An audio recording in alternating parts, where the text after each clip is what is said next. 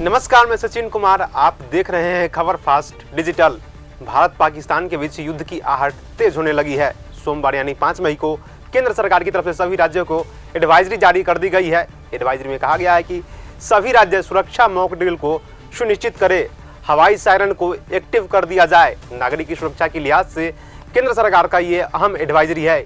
इसी बीच कांग्रेस अध्यक्ष मल्लिकार्जुन खड़गे ने पीएम मोदी को पत्र लिखा है। उन्होंने पत्र ऐसे वक्त में लिखा है जब कांग्रेस के कुछ नेता पहलगाम हमले के बाद सरकार से सवाल कर रहे हैं। हालांकि खड़गे ने जो पत्र लिखा है उसका मायने और मुद्दा थोड़ा अलग है। क्या है उस पत्र में, चलिए जानते हैं। मल्लिकार्जुन खड़गे ने पीएम मोदी को पत्र लिखा है। इस लेटर में उन्होंने जाति जनगणना के संबंध में अपने 3 पॉइंट साझा किए हैं। खड़गे ने पीएम मोदी को पत्र में लिखा है कि मैंने 16 अप्रैल 2023 को आपको यानी पीएम मोदी को पत्र लिखकर जातिगत जनगणना कराने की मांग की थी, लेकिन उसका जवाब अभी तक नहीं मिला है। लेकिन केंद्र सरकार अब स्वीकार कर रही है कि यह मांग गहन सामाजिक न्याय और सामाजिक सशक्तिकरण के हित में है।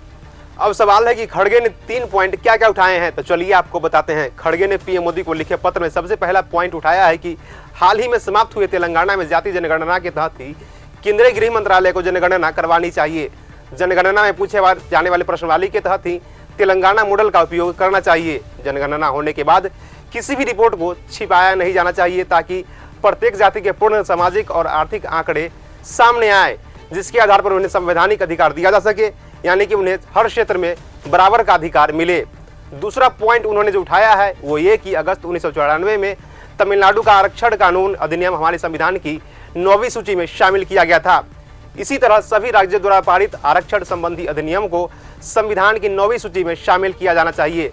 यानी साफ शब्दों में कहें तो जिस जिस राज्यों ने आरक्षण संबंधी अधिनियम पास किए हैं उसे केंद्र सरकार संविधान की 9वीं सूची में शामिल करे और अनुसूचित जातियों, अनुसूचित जनजातियों और अन्य पिछड़ा वर्गों के लिए 50% की आरक्षण सीमा को संविधान संशोधन के माध्यम से हटाया जाए।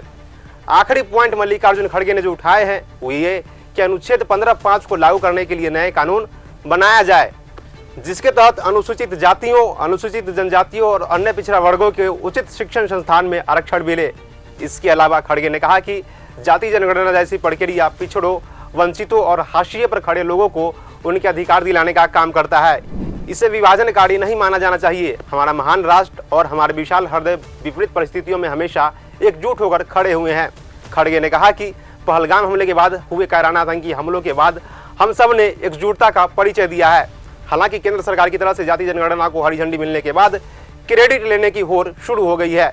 कांग्रेस और अन्य क्षेत्रीय दल इसे अपनी जीत बता रही है। वहीं भाजपा का कहना है कि समय और स्थिति को देखते हुए ये फैसला लिया गया है। वैसे जातीय जनगणना पर आपकी क्या राय है, हमें कमेंट सेक्शन में जरूर बताएं। देश और दुनिया की तमाम खबरों के लिए देखते रहिए खबर फास्ट डिजिटल।